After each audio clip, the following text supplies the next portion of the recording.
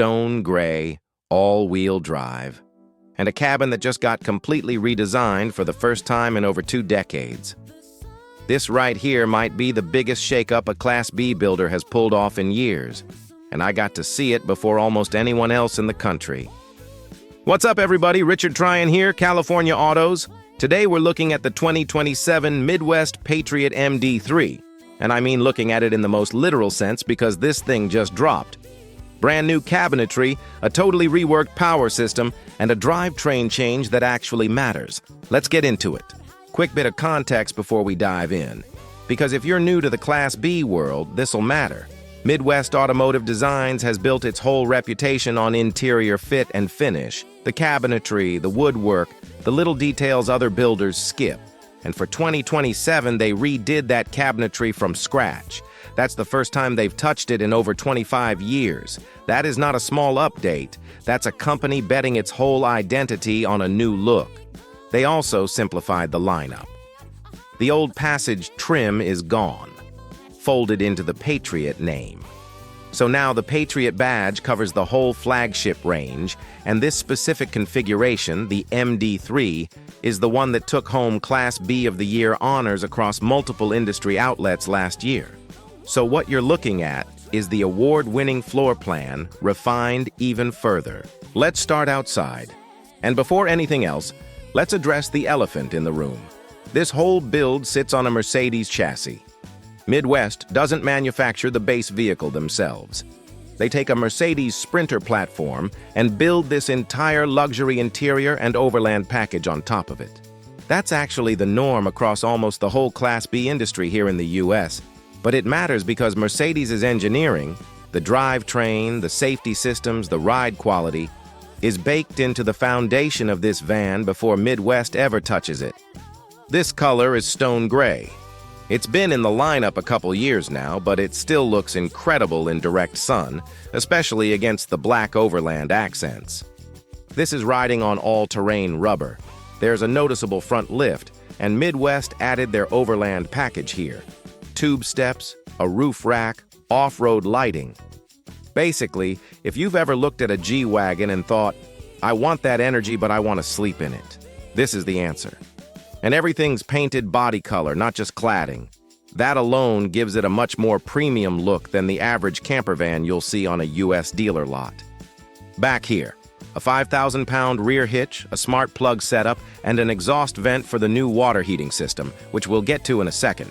And check this out, a macerator pump. If you've ever dealt with tank dumping on the road, you know exactly why this matters. Push a button, tanks retract and open, done. No manual valves, no mess. Up top, 340 watts of solar, a rooftop AC unit, and Starlink satellite internet. And for 2027, all of that is now standard, not an option package. That's a meaningful shift because a lot of builders in this segment still charge extra for exactly this stuff. Okay, this next part is what I actually want to slow down on, because it's the real headline of this whole release. Class B vans built on Mercedes chassis have a known limitation. The chassis alternator won't meaningfully charge a big lithium house battery while you're parked and idling. So most builders give you 2 options: a smaller lithium pack that you charge by driving, or a generator-only setup. Midwest's answer for 2027 is a hybrid system, a lithium battery bank paired with a small propane generator that's rated for use inside U.S. national parks. The pitch is simple. Run the AC and everything else off the batteries, and when they're low, the generator tops them back up without needing to drive anywhere. Midwest is claiming up to 60 hours of total AC runtime combined between the 2 systems, which, if it holds up in the real world, solves the exact problem that's frustrated boondockers across the country for years. Now, I haven't run it through a full battery drain test myself yet, so take that 60-hour number as the manufacturer's claim for now. But the architecture of pairing a generator with a big lithium bank instead of picking one or the other is a genuinely different approach than what most competitors are doing right now. Let's head inside because this is where the redesign really shows up. This cabinetry is all built in-house. That's actually rare in this industry. Most builders outsource it. Midwest redesigned the radius curves on every cabinet, added halo lighting that streams down the sides, and every panel goes through a multi-step dip and finish. Processed to match the wood tones throughout the coach, front to back, even the dash trim up front is finished to match. It really does read as one continuous material from the driver's seat all the way to the back. That's not something you see often in this class. Speaking of the front, the drivetrain got a real update too, and remember, this is all straight from Mercedes. Midwest doesn't touch the engine or transmission. That's pure Mercedes engineering. For 2027, the platform moved to a new inline-4 diesel with a 9-speed transmission, putting out around 208 horsepower and 330-plus foot-pounds of torque, with all-wheel drive on this configuration. The 9-speed is really what you notice first. There are 2 extra low gears compared to the outgoing engine, so it feels noticeably more responsive off the line, especially when it's loaded up. Fuel economy lands around 20 miles per gallon, which for a fully loaded Class B like this is solid. Now let's talk seating, because this is one of the bigger quiet upgrades. For 2027, all 3 captain's chairs in the rear are power adjustable. That's new. The passenger seat up front still swivels and reclines, and this one's got a massage function built into the driver's side. Midwest also moved to a full air ride rear suspension this year, ditching the leaf springs entirely. That's going to matter a lot on longer road trips. You'll also notice the sound system front and back sounds different than a stock Mercedes van.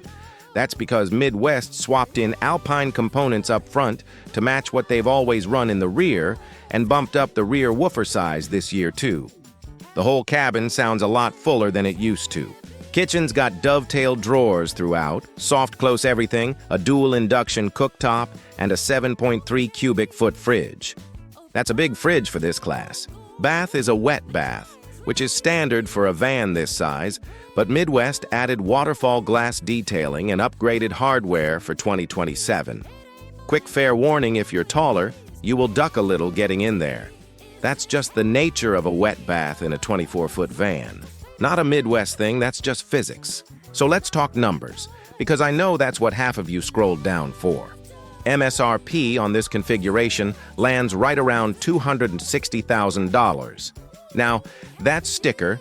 Dealer discounting in this segment is common across the U.S., and depending on where you shop, you can realistically see this land closer to the low 200,000s before options. As always, I tell you, don't just look at one dealer's price. Shop it around, ask what's actually included versus optioned, and confirm what's standard for the model year. Because as we covered today, Midwest moved a lot of previously optional features to standard for 2027, and that changes the math on what a good deal actually looks like. Here's my honest read after going through this thing top to bottom. The Cabinetry redesign is the headline everyone's talking about, but the hybrid power system is the part I think actually matters more long-term. Solving the "how do I charge a big lithium bank without driving" problem is something this whole segment has been dancing around for years. Is it the right van for everybody? No. It's a Class B, you're trading interior space for drivability, and that's always going to be the trade-off with this body style. But if you're cross-shopping flagship Class B vans this year, this one earned its way onto that list. I'll be doing a full hands-on review once one of these lands at a dealership near us here in California, where I can actually put it through its paces. Real boondocking test, real battery drain numbers, the whole thing. So if you want to see that, make sure you're subscribed. Richard Tryon, California Autos. I'll see you in the next one.